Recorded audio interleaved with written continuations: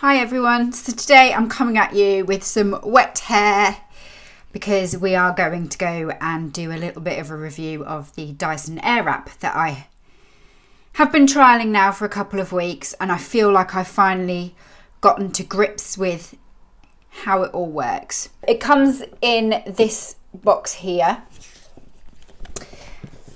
That is your storage case. It's very, very heavy. So if you were traveling, you certainly wouldn't want to take that with you. You just want to take the bits that you need. This is the first thing that you see inside when you open it up. It will link you to the Dyson website and some how-to videos on how to actually use the Airwrap.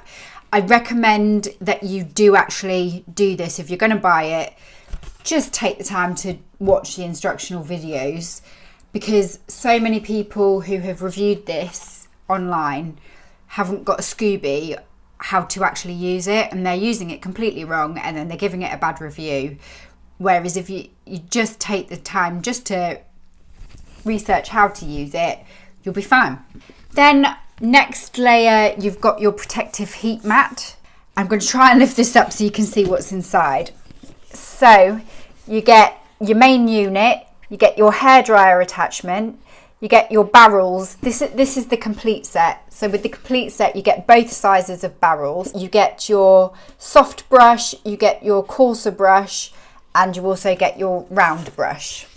So for today, I'm going to be using the round brush for my fringe. I'm actually going to have a go today with the smaller barrels because I haven't used them yet. So I thought at least let's save one thing that I've not used for the video. And I'm also going to use the hairdryer attachment as well. When you're using the Dyson Airwrap, if you're wanting to use the barrels, you need to do it on damp hair. You don't want to be doing it on dry hair. If you're doing it on damp hair, it's just going to hold the curls a lot better. So what I find is, normally if I was just using a curling wand, I'd have to dry my hair completely dry, use the curling wand. It's taking me about 45 minutes to an hour to do my hair. Because this is doing it with damp hair and much less heat, you will go from wet to style in about 30 minutes, which is fantastic if you're wanting to save time. You do have to take smaller sections of hair. I'll talk through it when I'm actually doing it. So it feels like it's taking a lot longer, but actually the whole wet to styled is a much shorter time than it is when you're doing it in a conventional way. Just going to talk you through all the buttons on here as well. So you've got this button here, which is your fan. You've got your heat settings here. You've got your on button, and also if you flick it up again and hold it, you get your cold setting. The cold button when you are curling your hair is actually really important to do, because that is what's going to help the curl hold throughout the day. It's going to set that curl in place. So I'm going to start off by rough drying my hair with the hairdryer attachment. It clips on really easily as well, so you just take it, pop it in, and you're good to go. Also, I forgot to mention on the back, you have your little release button just to take the attachments off. Just clip it on like so, turn the hairdryer on. So when you're drying your hair, you want to make sure that you're really trying to get it 80% dry. And you want to make sure that you're getting it closer to the roots.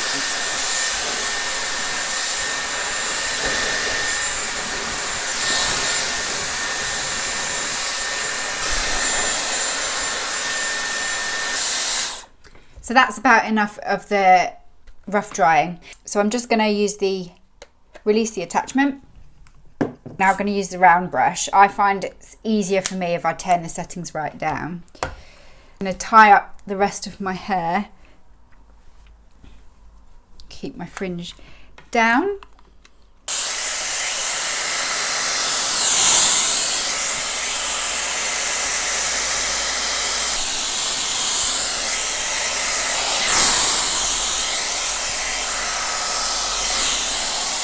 Really due a haircut, I'm trying to separate my fringe a little bit so that it swoops into the hairstyle when it's down. So it's not really the best of looks for me at the minute, but now I'm going to go on to the barrels. And this is what when I first got it, I could not, for want of a better word, wrap my head around which one goes which way, because I like to usually curl my hair so that my curls are going out. When you're using the Dyson Airwrap, you want to look in the mirror to decide which way you want your curls to be, because the arrows will correlate to what you're seeing in the mirror. So if you're looking in the mirror and the arrow is pointing that way, it's going to curl your hair out.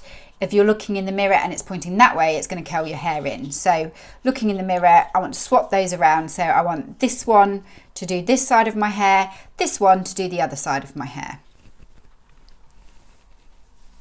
Bring my hair into half.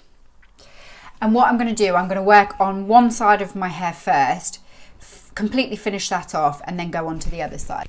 Clip up. It's a nice look. And then I'm just going to section off a little bit to work on this side. And then I'm going to pop the barrel on. Can you see how I'm holding it midway down the hair and just leaving the ends free? Turn the Dyson on and then just let it naturally collect the hair, and then just bring the hair, I've got a spare bit. Just bring the hair closer to your head for a few seconds, then give it a cold blast, and that's going to set the curl. Turn it off and then pull that out, and you've got that really nice tight curl there. Next lot of hair, holding it, letting it wrap.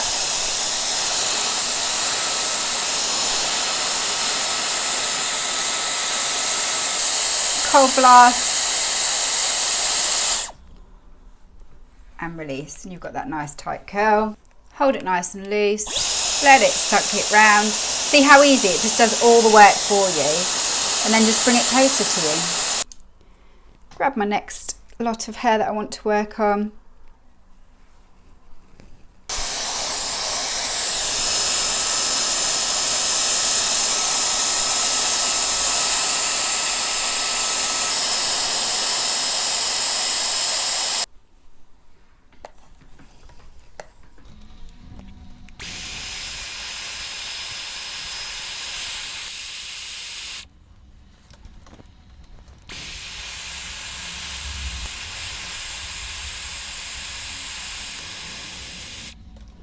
That is that side completely done.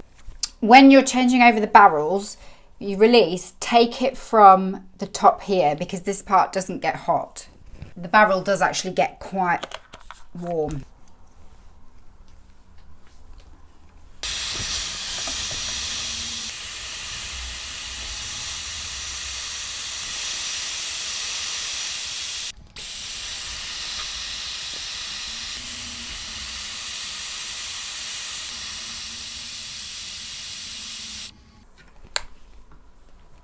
So these are the curls with the Dyson, pre-brushing them out.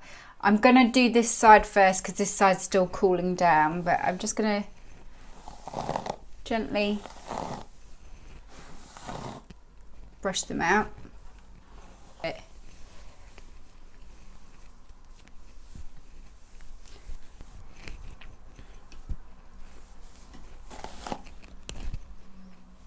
So there we go, that's the regular way of using the Dyson Airwrap. What I would say is it does take a lot of practice. It does take practice. You're not going to get it first time. I'm still learning. I'm sure I'll get even more happy with my curls the more I practice with it.